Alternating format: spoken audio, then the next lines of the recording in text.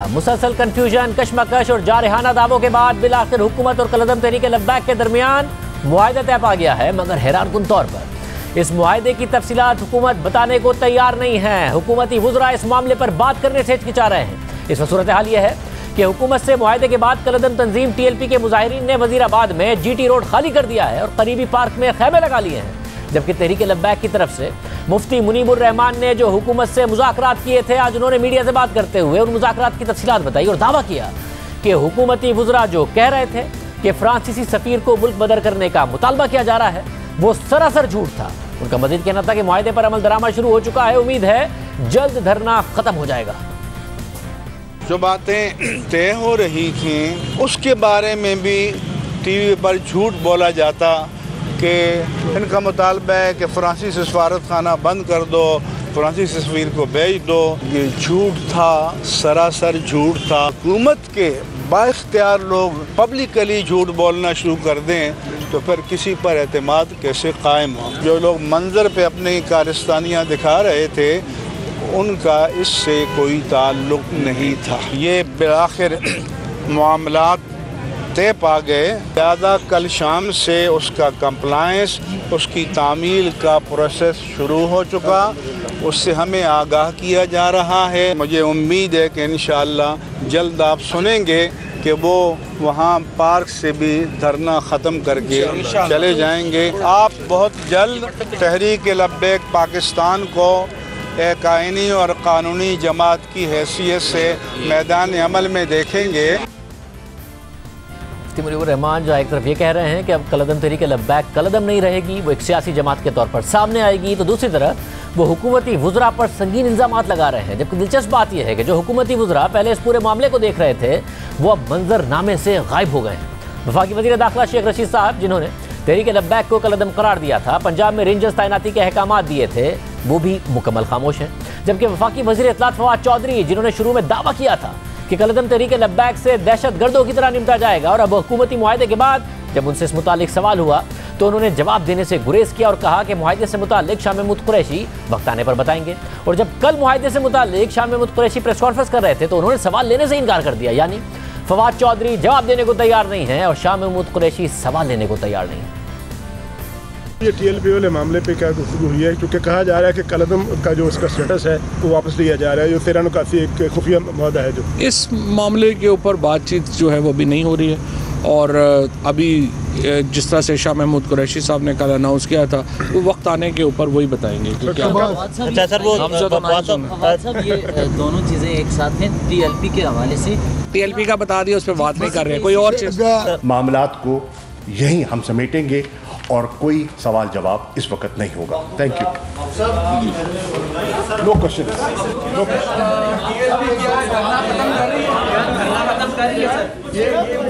सब आपके सामने आ जाएगा, सब कुछ सामने आ जाएगा, सब कुछ सामने आ जाएगा।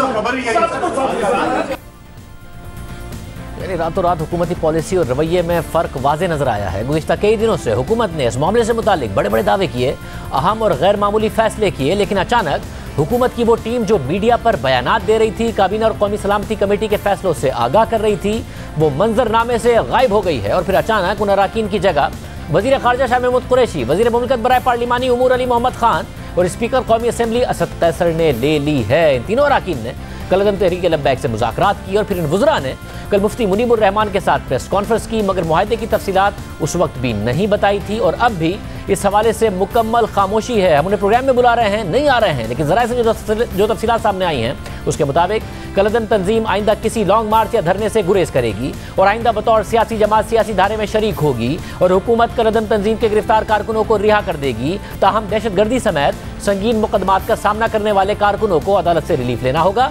धरने के शुरुका के खिलाफ हुकूमत किसी किस्म की कोई कार्रवाई नहीं करेगी।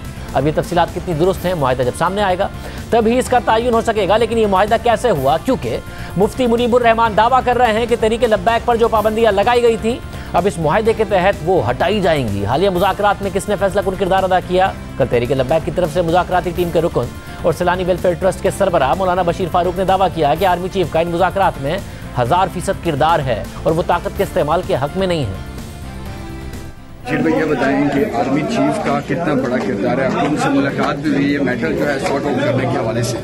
वो 1000% इस काम में थे कि मुल्क नियमन हो जाए बस। अच्छा, तो क्या कहते हैं चीफ साहब, क्या राय रखते हैं कि क्या ताकत का इस्तेमाल या मुज़ाकरात की जो उन्होंने बात की? ताकत का इस्तेमाल बिल्कुल नहीं, बिल्कुल वो सिर्फ और सिर्फ मुज़ाकरात पर है और अल्हम्दुलिल्लाह उनकी बरकतों से सारा काम हो गया। और आप समझते हैं कि इस तमाम जो सेटलमेंट हुई है उसमें आर्मी चीफ एक बड़ा किरदार है? 1000% सर, 1000%। और ये देखेंगे माशाल्लाह मुआहदा तय हो चुका है मेरे हाथ में, आप ऐसे करें।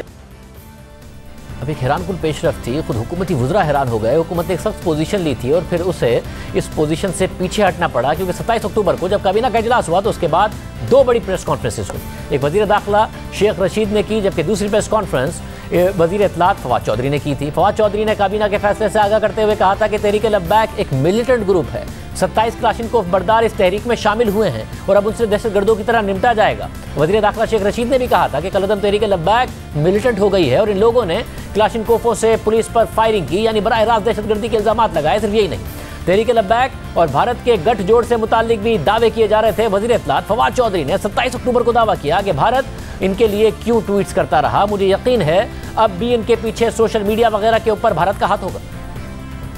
पिछली दफा इन्होंने जब ये कराची में कार्रवाई हो रही थी 3.5 मिलियन ट्वीट्स इंडिया से इनके लिए हुई। क्यों हुई? इंडिया क्या इनके मामे का पुत्र है? इंडिया क्यों इनके लिए जो है वो ट्वीट्स करता था? इंडियन जो बड़ी ऑर्गेनाइजेशंस एक पूरे क्लटर्स थे वो इनके लिए ट्वीट्स क्यों कर रहे थे?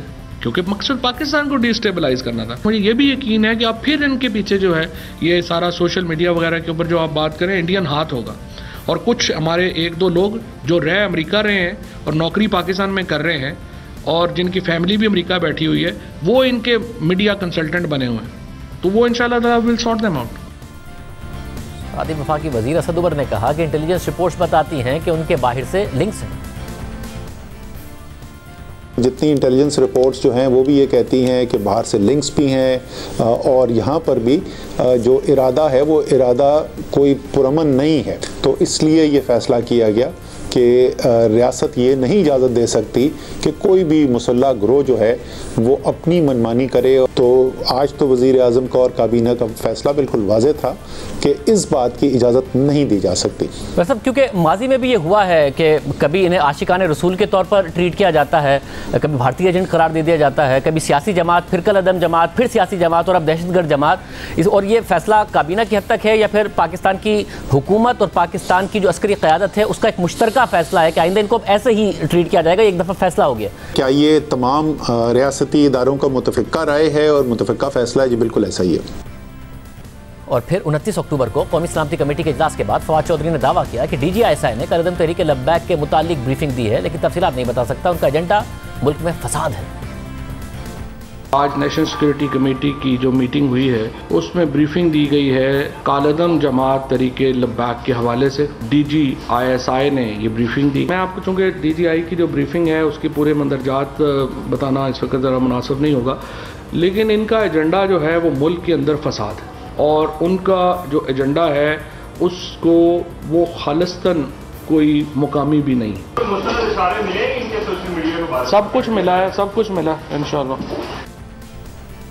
एक सख्त पोजीशन ली गई और कहा गया कि सारे सबूत मौजूद हैं, मगर फिर पोजीशन लेने के बाद दोबारा मुज़ाकरात शुरू कर दिए गए। और हमने अपने प्रोग्राम में जब शेख रशीद के सामने फवाद चौधरी का बयान रखकर सवाल पूछा तो उन्होंने फवाद चौधरी के बयान पर खुद माफ़ी मांग दी और उसे गलती कह दिया।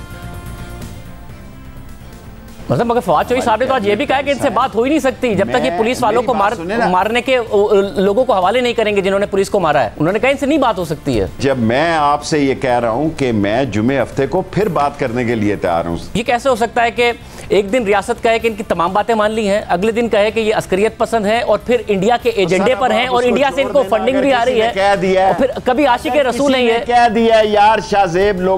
लोगों के मुंह से निकल जाता है, मेरे मुंह से भी गलती हो सकती है। सो मैं उसकी भी माफी मांगने हुए, वो सारे मुझे कहते हैं कि मैं कमजोर आदमी हूं, मैं मफामत पसंद हूं। जब हमने फवाद चौधरी के सामने उनके बयान पर शेख रशीद के माफ़ी से मुताल्लिक बात की तो उनका कहना था कि तहरीक लब्बैक को कलअदम करार देने की समझी तो खुद वज़ारत दाखिला ने जारी की और इस फैसले से कोई भी कैसे पीछे हट सकता। परसों जब आपने बात की तो और काबीना की इजलास की बात की तो साफ नजर आया कि जी अब काबीना का फैसला है, और उससे पहले आपने हवाला भी दिया था कि जी आर्मी चीफ की भी मुलाकात हुई, DGSI की भी मुलाकात हुई कि एक रियासत ने अब फैसला किया है कि रीड एस्टैब्लिश की जाएगी, ये एक अस्करियत पसंद तंजीम है, इनसे अस्करियत पसंद तंजीमों की तरह निपटा जाएगा। फिर आपने ट्वीट्स भी उसी तरीके से किए, मगर कल रात हमारे प्रोग्राम में शेख रशीद अहमद साहब ने कहा कि आपसे गलती हो गई होगी, और आपके ब्याह पर उन्होंने माफी मांग ली और कहा हम उनकी फ्रांसीसी सफीर के अलावा सारी बातें मानने को तैयार है। तो वो गलती से आपने कह दी थी बात? मेरा नहीं ख्याल। शेख साहब का मीटिंग में जो मौक़िफ़ होता है वो बिल्कुल वही होता है जो कि हमने पब्लिकली लिया हुआ है।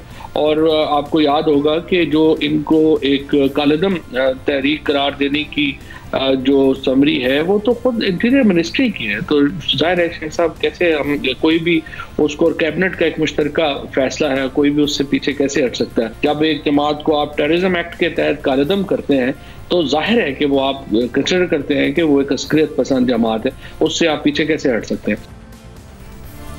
और सबके बाद मुआहदा हो गया और हुकूमत मुआहदे की तफसीलात ही बताने को तैयार नहीं है, लेकिन पीपल्स पार्टी ने मुआहदे की तफसीलात सामने लाने का मुतालबा कर दिया है। सेनेटर मुस्तफ़ा नवाज खोकर ने ट्वीट करते हुए कहा कि हुकूमत कलदम तंजीम के साथ किए गए मुआहदे को फौरी तौर पर मंजर आम पर लाए। इस मुल्क के शहरी ये जानने का हक रखते हैं कि हफ्तों निज़ाम में ज़िंदगी मौतिल रखने, जान माल का नुकसान करने वाली कलदम तंजीम के साथ क्या तय पाया है।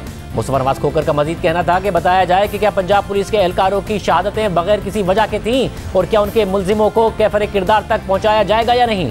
जब हज़ारा बिरादरी लाशों के साथ धरना दिए हुए थी तो इमरान खान ने कहा कि मैं ब्लैकमेल नहीं होऊंगा, पर यहाँ तो आनन फानन पूरी रियासत ढेर हो गई।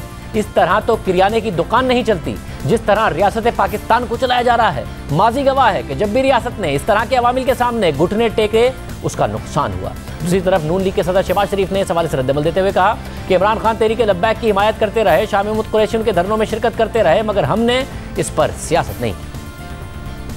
एक सेकंड में वो हिंदुस्तान का एजेंट का सर्टिफिकेट बांटते हैं। कितने अफसोस की बात है कि यही TLP इन्हीं के धरनों में इमरान खान गला फाड़ फाड़ के कहते थे कि हम इनको पूरी तरह सपोर्ट करते हैं। शाह महमूद कुरैशी साहब वो बाकायदा धरनों में उन्होंने शिरकत की और पूरी तरह PTI ने उस जमाने में इनके धरनों को पूरी तरह सपोर्ट किया। लेकिन हमने जब भी TLP ने अपने मुतालबात के लिए लॉन्ग मार्च किया या धरने दिए, हमने उसको पोलिटिसाइज नहीं किया। पूरे मामले पर बात करने के लिए हमने मुख्तलिफ हुकूमती ओहदेदारों को दावत दी, बार बार दावत दी, मगर कोई प्रोग्राम में आने से को तैयार नहीं हुआ।